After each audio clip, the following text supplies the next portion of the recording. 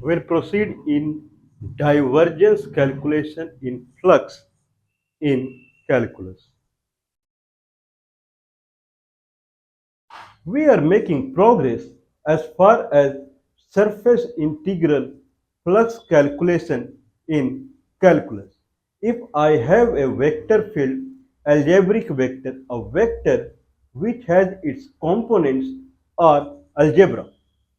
If I have a vector and its components are numeric number, then it is simple vector. If I have a vector and its components are algebraic, then it is called vector field. So, if I have a vector field and I am trying to calculate surface integral of this vector field along a surface, then it is called flux. If I have a velocity vector field passing through a surface, then what is the net volume that is coming out of the surface is the flux. If there is a liquid and it has velocity and then velocity multiplied by the surface area is nothing but volume per second coming out of the surface. This velocity of the liquid can be a vector field which has a this direction, this direction, this direction, and this vector can be a vector field where its magnitude is changing as per the direction, as per the xy coordinate, and its direction is also changing as per the xy coordinate. The surface area has a vector that is perpendicular to the surface, and this surface area may not be flat. In that case, there are many surface area vectors. At different xy coordinate, there are different surface area vector. Now, if that is the case, then surface area vector is a vector. Surface area vector is a vector, and it is a vector field. Then it is, and there is a velocity vector, capital F vector. Then net surface integral is capital F dot dA vector, integral over the full surface. This is what called flux. This is called flux or surface integral. Whatever the surface integral I am getting, if I divide it by volume, then it gives me flux density or divergence.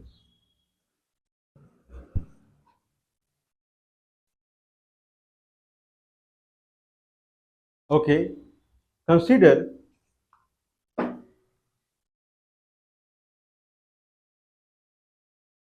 consider this is a flat surface, or consider my hand palm. This is a flat surface. I molded it and it became like this. Like this, there is a plastic kind of flat surface. I molded it and it became a cylinder. There is a hole in the cylinder. Top side there is nothing, bottom side there is a surface. It was a flat plastic. I molded it and it becomes a cylinder. Now, if there is a velocity vector liquid that is passing through the cylinder, how much is the water that is coming out of the surface? Consider the, this side water can come out. This is the surface, but it is not closed, open. Water can or liquid can come out from here. So how much is the liquid that is coming out of from here? Volume per second. That is nothing but velocity multiplied by the area. But it cannot be direct because the area is not flat and velocity is not hitting it perpendicular, so that directly I can multiply it. So if this is the velocity vector field and this is area vector field, where area direction is different at different point. If that is the case, then capital F dot dA vector integral over full surface will give me the net flux, net volume of the liquid that is coming out of this surface per second. Okay. Now, if I divide it by volume of this, then it is called flux density. Flux density. Flux density talks about the power of the vector field. If I have a vector field and then if I calculate line integral and divide it by surface, it gives me the kind of line circulation density. If you remember it in the calculation of curl, then it is called circulation density. Line integral divided by area, surface area, is called circulation density. Circulation density is also termed as curling factor. If I have a vector field and if I know circulation density, then anything comes in front of this vector field, then what is the tendency of this vector field to make this item rotate? Anyway, it will push it through, but what is its tendency to make it rotate? That is the curling factor, that is also called circulation density.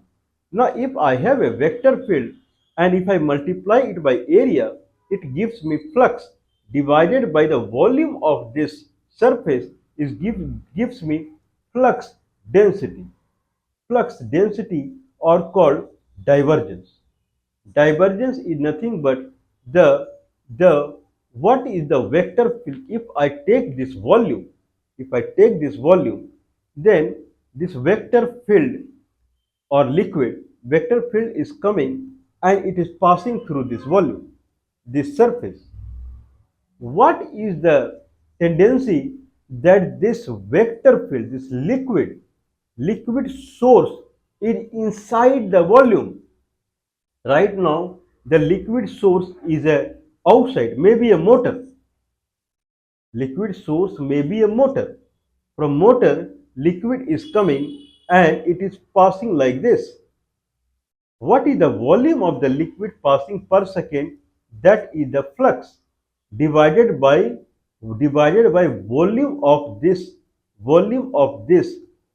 shape is flux density.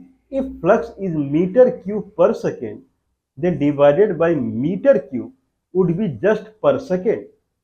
Per second. There is no meter. If there is no meter, means there is no dimension. It talks about the power of the motor. Motor, what is the horsepower of the motor? What is the flux density of the motor? What is the flux density of this shape, this volume? Means flux density of this volume. Okay. So this may not be a perfect term. What is the flux of this vector field through this surface divided by volume of this? Means I am trying to make things that is surface independent. What is the divergence of the vector field? I believe this is the perfect term. What is the divergence of the vector field at any point?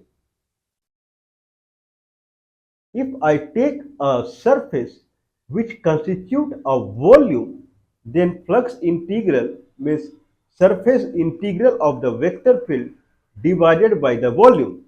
If volume is tends to 0, that is the of more accurate definition of flux density. Flux density of a vector field. If I have a volume, if I have a volume and flux density, surface integral divided by the volume, where volume tends to 0. If I make it tends to 0, it becomes small, and it will become a point. What is the divergence of vector field at this point? That is the question. Divergence of a vector field at this volume, flux of a vector field at this surface, divergence of this vector field at this volume, where volume tends to 0, means volume is reduced and becomes a point.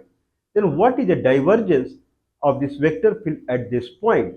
Means from this point, how much is the energy that is getting radiated, or how much is the energy it is sucking it. If vector field is coming from outside, liquid is coming outside and it is passing the surface, then inside this surface, if it makes volume, then divergence of this vector field inside this volume is 0, because there is no motor that is kept inside this volume which is radiating the liquid or taking the liquid. Radiating the energy is like sun. Sun radiates energy, whereas black holes, they suck the energy. So both have positive divergence. Both have divergence. Sun has positive divergence, whereas black hole has negative divergence. But if I talk about this volume, what is this vector field's divergence at this volume? If I say volume tends to 0, then you take any point inside the volume. At that point, what is the divergence of this vector field? If this vector field is radiating from this point inside the volume, no, vector field is coming from outside. So if vector field is coming from outside, then divergence any point inside this volume will be 0. Divergence of the motor which is radiating the liquid is positive, or I can keep motor inside this volume, then liquid is coming all around. Then if I calculate the surface integral divided by the volume, then it will be positive. I will take both examples. Now consider that I have a sphere. Consider I have a sphere. I think we have taken this example. We have a sphere and hemisphere. If I have a xy plane, if I have xy plane, then hemisphere is kept like this. I mean, it is a cylinder, but consider this is a hemisphere and half portion is cut. So actual sphere is big. Half portion I cut it, then top portion is hemisphere. I keep it on xy plane, where the hemisphere, the bottom part of the hemisphere, the center part is at the origin. Or consider a sphere is centered at the origin, and then I cut it at the xy plane, and bottom part I take it, bottom part I throw it, and above the xy plane whatever the hemisphere is, that I keep it. Okay. Now consider there is a vector field and its equation is z. Zk. I believe we have done it. Zk. There is a vector field. The equation is zk. Whereas this spherical region has hemispherical region has a radius a. What is the flux density? What is the flux density through this hemisphere? Then what is the flux over this hemisphere divided by the volume of the hemisphere? Now, okay, so now we will see it and then we will take it for the sphere. Why I did hemisphere, that we will see. Okay, now if I take hemisphere, then what is the equation of flux density calculation of a spherical coordinate system? Spherical coordinate system, that is capital F. Okay, so that is capital F, the coordinate system for the spherical, the kind of for a spherical, the flux calculation is capital F vector dot dA vector, capital F vector dot dA vector. So capital F vector is zk, dA vector, the for a sphere the calculation is sine phi cos theta I plus sine phi sin theta j plus cos phi k, and then we have a sine phi d theta cos phi d phi, that is d area vector. So that is d area vector.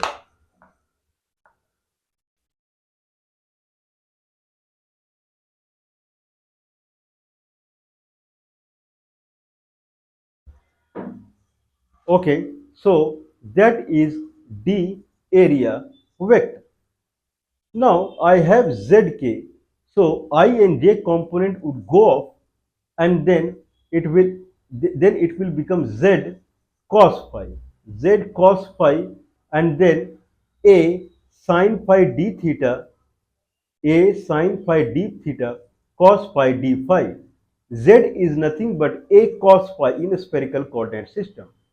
So a cos phi, and then a sin phi, a a I'm sorry, right side, it is a d phi, not cos phi d phi. So the net dA vector in a spherical coordinate system is sin phi cos theta I plus sin phi sin theta j plus cos phi k, and then a sin phi d theta, and then a d phi. Now zk, so ij component will go away, and zk and cos phi k. So z cos phi, z is a cos phi, a cos square phi, a sin phi d theta, a d phi, a are 3 times. So a to the power 3 I can keep outside, and it is cos square phi sin phi d theta. Okay. Now if that is the case, then the integration of cos square phi sin phi is minus cos to the power 3 phi by 3. If that is the case, then phi is 0 to pi by 2. 0 to pi by 2. Then minus minus would go away, and cos 0 is 1. So 1 by 3 into d theta 2 pi. So it is 2 pi. 2 pi a to the power 3 by 3. 2 pi a to the power 3 by 3. That is the flux calculation of the hemisphere, where vector field is zk, and the area of this hemisphere is, the radius of hemisphere is a to the power 3, 2 pi by 3 is the flux. Now consider that I am taking full sphere centered at the origin. Full sphere centered at the origin. Now I cannot take zk to think that my vector field is unidirectional. If I take zk, then in upper half it will be in this direction. Whereas zk, if I take below xy plane, then it is z is minus now. So minus 1k minus 2k, then it will be in this direction. So if so hemisphere by hemisphere, I'll calculate. So for upper hemisphere, the flux is 2 pi a to the power 3 by 3. For lower hemisphere, to keep the vector field in same direction, now vector field is minus zk, so that again it will be in this direction only. So minus zk dA vector. This example you may not get anywhere else. So minus zk dA vector for the lower hemisphere. Now vector field is in upward direction all the time. So minus zk and dA vector. If I calculate this, then exactly in minus the term will come, provided the phi is 0 to pi by 2 and theta is 2 pi. If that is the case, then it will constitute the flux as minus 2 pi a to the power 3 by 3. Now if you add it and divide by the volume of a sphere, you will get the flux density, that is 0. So if I have a vector that is passing through consider this is a sphere, passing through a sphere in same direction, and it is just passing through, the net flux density divergence in this sphere volume is 0. Means there is no energy is coming and passing through. There is no energy source or destination inside the volume. Divergence inside the volume for a vector field f, that is for the upper hemisphere it is zk, and lower hemisphere it is minus zk, then it is 0. Now consider there is a constant vector field equation zk. If it is zk, then for upper hemisphere, direction is like this.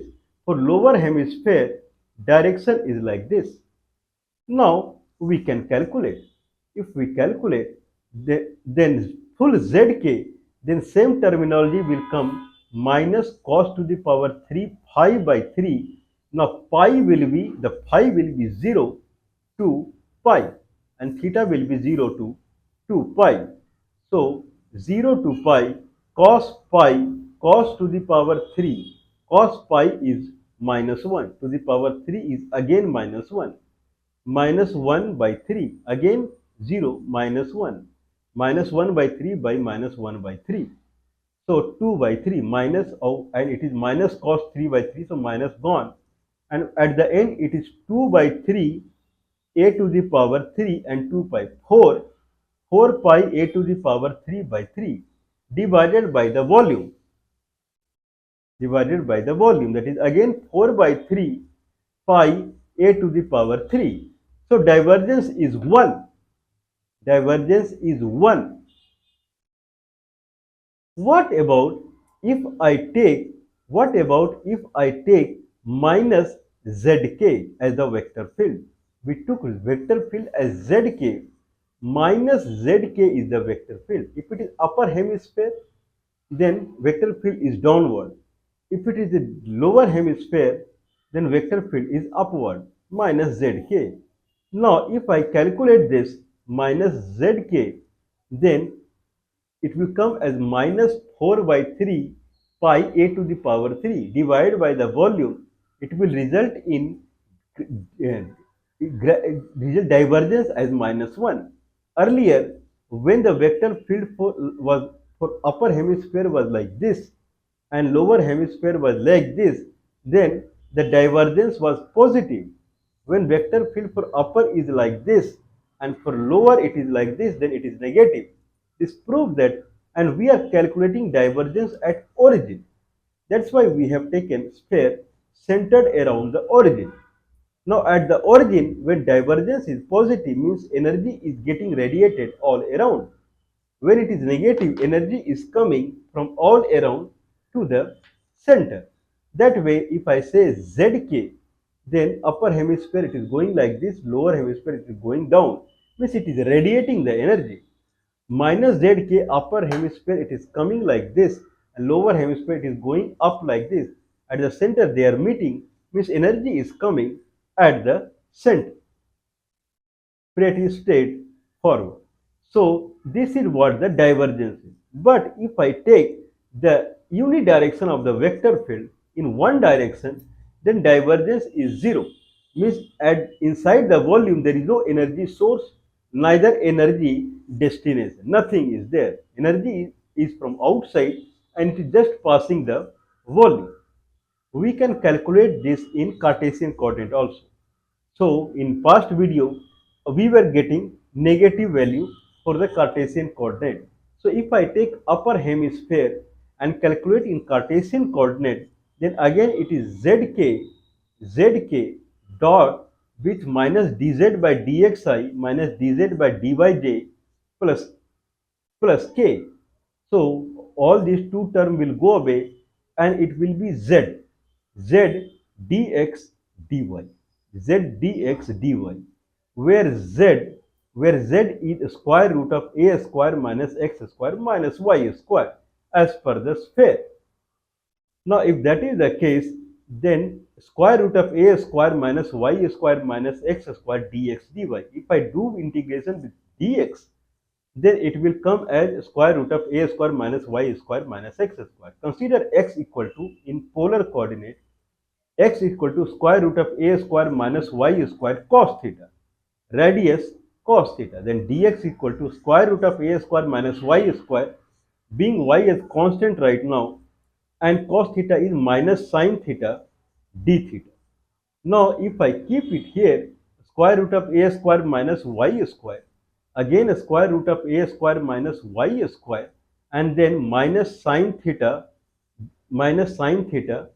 d theta, minus sin theta d theta. So that is replacement of the dx. Now I can take it outside and it becomes a square, a square, I'm sorry, it is square root of a square minus y square minus x square dx. So dx becomes a square root of a square minus y square minus sine theta d theta, whereas the square root of a square minus y square minus x square minus x square will turn into square root of a square minus y square and then cos square theta. I can take a square root of a square minus y square outside, it is the square root of 1 minus cos square theta, that is sine theta. Now, full term if I take outside, it is minus a square minus y square and then sine square theta d theta. Then integration, if I take top hemisphere, then theta, that is the lower limit and higher limit, we were taking minus pi by 2 to pi by 2. But that is not the case. In polar coordinate system, things starts from here only.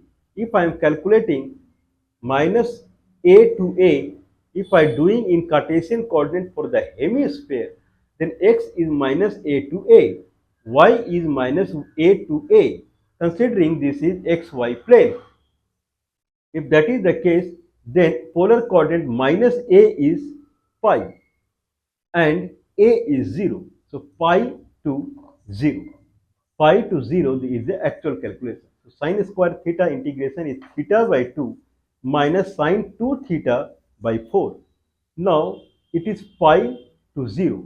If I place 0, 0 and then place pi, then sine 2 theta will go away. Only theta by 2 will remain. So 0 means gone. Pi means minus pi by 2. Minus pi, and minus is anyway outside. Now it is plus. So now it is pi by 2. Pi by 2 I can keep outside. Now integration I have to calculate a square minus y square dy. A to the a square y minus y to the power 3 by 3, that is the integration. Y is minus a to a, so a square y minus y to the power 3 by 3, a is a to the power 3 by minus a to the power 3 by 2. Now I have to multiply by 2 because it will be similar, so it will result in 4a to the power 3 by 3, 4 a to the power 3 by 3 multiplied by pi by 2. Now it will be 2 pi a to the power 3 by 3. This is what I was getting plus 1. We were getting in a spherical coordinate, whatever it is. Now, what we are getting? The divergence calculation. The divergence calculation, it is coming as 1 if the equation is is zk. It is minus 1 if the equation is minus zk. It is coming as constant. Divergence, if I see divergence, then it is per second if the vector field is meter per second velocity. Means divergence is characteristic of a vector field, not the volume, because we are not the surface, because whatever surface integral we are calculating, we are dividing it by volume. At the end, we want per per per second or the surface integral per volume. Means it doesn't bother what size of the volume I am taking, because at the end we are dividing it by volume only. That's why volume tends to 0 gives the better result. Can I find if it is only dependent upon a vector field? Looks like, I don't know. Can I find another way? Calculating the surface integral and then dividing by the volume look like it's a big task. It's a big task. If I have a vector field zk, calculate the surface integral and then divide by the volume is a big task. Can I find something in better way? Whatever we are doing, it is called geometric way. Through geometry, we are finding the surface integral and dividing by the volume to get the divergence. Can we do in better way? That is the question. Now consider that I have x, y, z. Okay, this is our proof, and you may find similar in book also. So if this is x-axis, this is y-axis, and this is z-axis. Consider that I am taking a cube. I have taken a cube of size delta. I mean cube. So cuboid, better term cuboid. So cuboid, the if I have taken a cuboid, consider this is cube. Okay, if I have taken a cube, then along the x-axis, this is x-axis, this is sorry, this is y-x-axis, this is y-axis, this is z-axis. Along x-axis, the length of the cube is delta x, small cube. Along y-axis is the delta y. Along the z-axis, it is delta z. The volume of the cube is delta x into delta y into delta z. Now, if I try to calculate the divergence for the vector field capital F inside the cube, if I take any point inside the cube or for a cube, then it is surface integral along the surface of the cube divided by the volume of the cube. What is surface integral along the surface of the cube? Now, if I take this surface, this is x-axis. If I take this surface, then this surface is nothing but it is in, this is x-axis, this is y-axis, this is z-axis. If I take this surface, then it is in yz plane. Okay. Now, what is the surface integral for the surface of the cube that is in yz plane? There are two surfaces in yz plane, this surface and this surface. They both are in yz plane. For this surface, what is the surface integral? That is capital F dot dA vector. Capital F dot dA vector. dA vector is dy dz, delta y, delta z, and its direction of the surface is along this side. Can you see? It is an oriented surface. Means it is towards the minus x-axis, minus I. It is minus I. Delta x, delta y, delta z minus I is the area vector. Whereas F vector is F vector, capital F vector. Now capital F has three components, F1I plus F2J plus F3K and dot with minus I. Only I component would remain and JK would go away. Now it is F1 minus I kept outside minus outside. Now F1 delta Z delta Y delta Z, that is the surface integral. What about surface integral of right hand side surface? Is for surface vector is along the I vector. Surface vector is along I vector. Now it is, whereas the here the vector field capital F, it if this is x-axis, if this is x-axis, this is y-axis, then it is at some position x. If I take another one, this is some position x1, this is at some position x2, because only in x direction it is proceeding. So vector field at here I can now I can say is f1x, f1 at x position, f1x delta y delta z minus. This is the surface integral. Whereas here the vector field will be f1 at x plus delta f1. Okay. Now if here it is x, then it proceeded delta x plus delta x. Now here the net flux would be x plus fx plus delta x delta y delta z. Now net flux, if I add for this surface and this surface, then fx plus delta x delta y delta z minus fx delta y delta z. This is the what we are getting. So delta y delta z I can keep outside, and it is fx plus delta x minus fx divided by volume will give the this much. Just keep it as this much. This is for the these two surfaces. What about higher surface and lower surface? Higher surface, This is the surface that is xy plane. Lower surface is xy plane. Similarly, if it is xy plane, then it will be delta x, delta y, f3, f3 z plus delta z minus fz, that will be for the this surface and this surface. This is in xz plane. So it will be delta x, delta z, f2 y plus delta y minus fy. Now minus f2y. Now if I want this is the net flux divided by the volume will give the kind of its divergence. Now divide by delta x, delta y, delta z.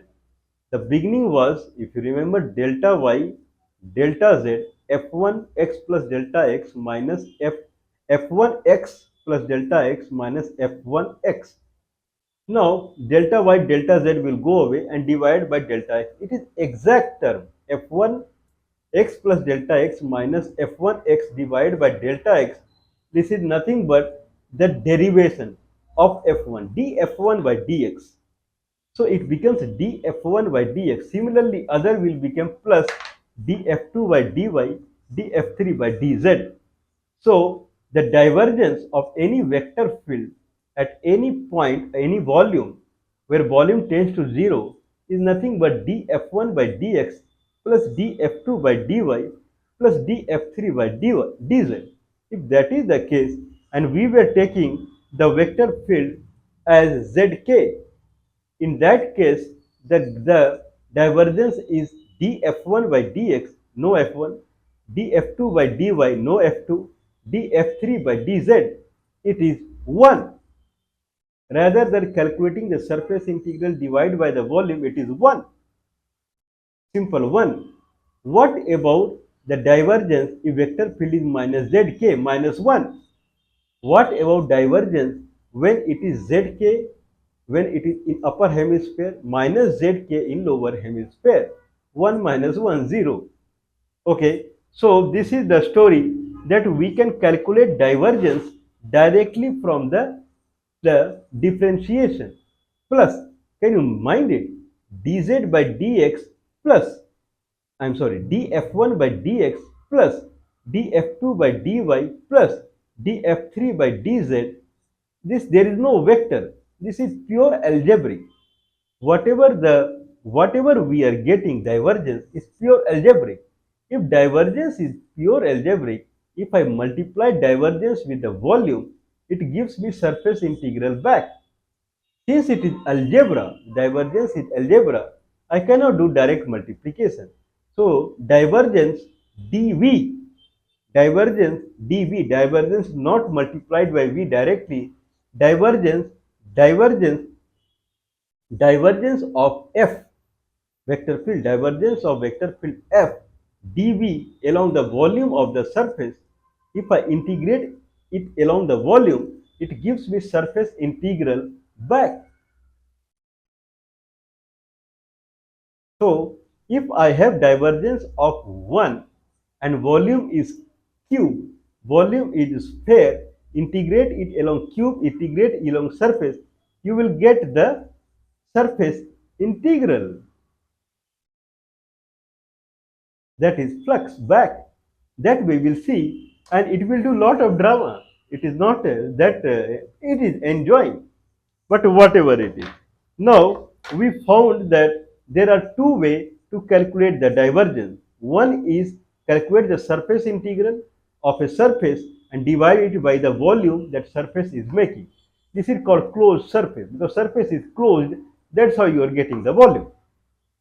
That is one way. Other way is df1 by dx plus df2 by dy plus df3 by dz, where there is no vector. Only it is scalar, or I would say it is pure algebraic. It is not algebraic vector.